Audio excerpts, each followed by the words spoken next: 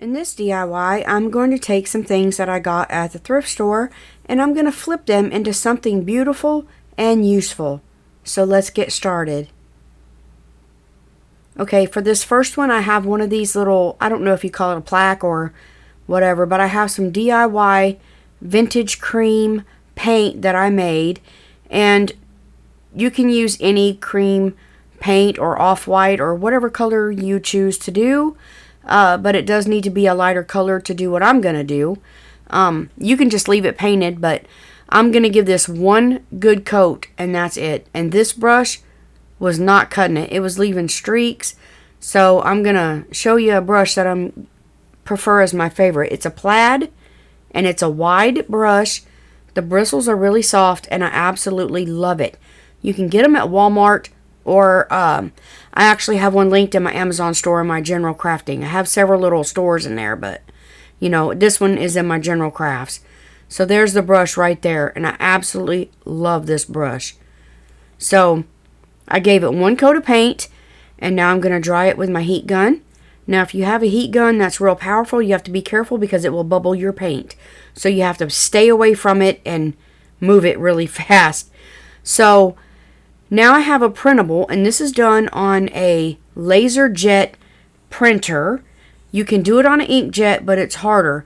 This is done on a laser jet, and I have a brother, and it's linked in my Amazon store as well. You have to print backwards. So, that's the way you have to do it. And then I'm going to take Mod Podge, and I'm going to put over this paper. The thinner your paper, the better you are. Okay? But I am, you only got to do the words. I got happy and did the whole paper, but you only have to do the words. I got this idea actually from Deidre at Our Upcycled Life. I believe she's based in Canada, but she's the one that does this, and I absolutely fell in love with this technique. When you put your Mod Podge on, make sure you're not rubbing too hard. It looks like I'm really going at it, but I'm not. I promise. But make sure you get all your bubbles and all that stuff out of there, okay? Because you don't want those in. You want this as tight down on your surface as possible. Now let this dry for 24 hours. Now after it dries for 24 hours, which is the next day for me, I'm going to peel some of this paper back. You don't have to do this. It won't peel. The Mod Podge won't let it peel. I am going to spray it. Now, she dips her paper towel or whatever she's using in water, but I have a spray bottle and it works just as well. Now, it looks like I'm going fast because I've sped this up, but you gently just rub your paper away, okay? Now, if you do this aggressively, you're going to rub everything away. So you really have to take your time and rub easy and get all this paper off. It will make a mess, okay? There is little scraps of wet paper everywhere when I'm done. I don't think you see that. I think I cut it out. But anyways, just rub over this and you'll feel when your paper is gone, okay? And these come out so beautiful. If you don't have a cutting machine, you can very well do this with a laser jet printer. It's easy. And you can do all kinds of things like this. But I'm just going to continue to rub my paper off. And I'll show you what it looks like when I'm done just here in a second. Because I'm going to cut me off. Okay. Here it is. All done. And I've got all my paper junk away. And I'm going to put a simple hanger. This is a Coke tab, okay? These make great hangers. And if you get a little screw, it will screw right in that hole. So I'm going to bend it up just a little bit so that it comes out. Now you can hang this on the wall or you can set it on your shelf, counter, hutch, wherever you want to put it. But I'm just going to put this down there, and then I'm just simply going to put a little screw in the back. And, like I said, you can hang it or set it on the shelf. I was going to actually get rid of this one, but for sentimental value, it's now on my hutch with my own plates in it. So, yeah. Sometimes there's things that you can't let go of, So there it is. I get that crud of paper out. So on the second one, I'll show you what the other one looks like when I'm done. with the video. I got this at the thrift store too, and it's cute, okay? But I didn't like the color. So I'm going to take Waverly chalk paint. I don't know if it's ivory. It's an off-white color, okay?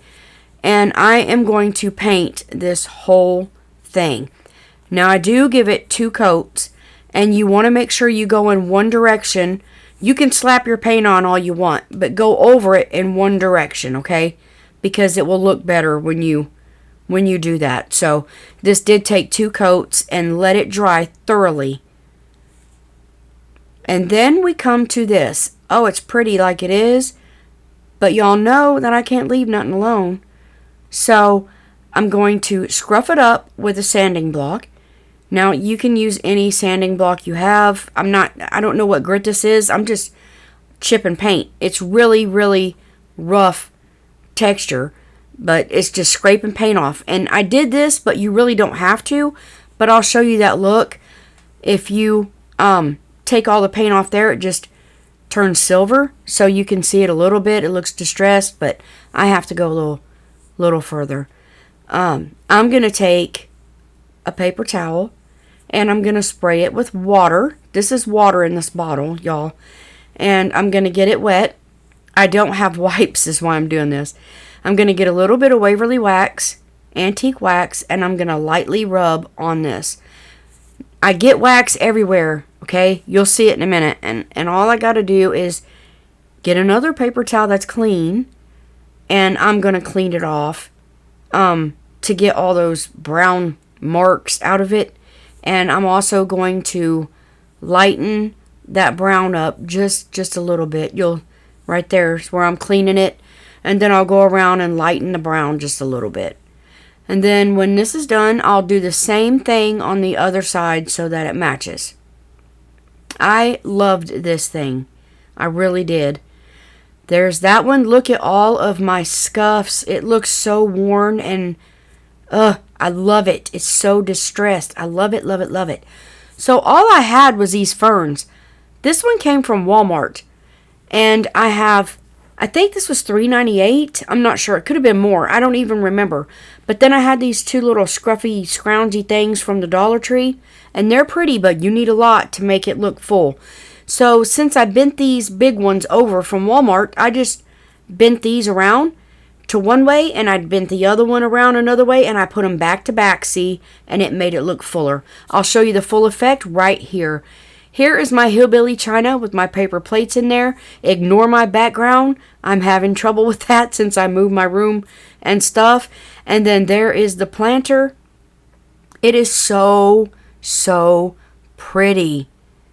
If you like this video, leave me a comment, a thumbs up. But until next time, you are a blessing. Thank you for watching. Goodbye.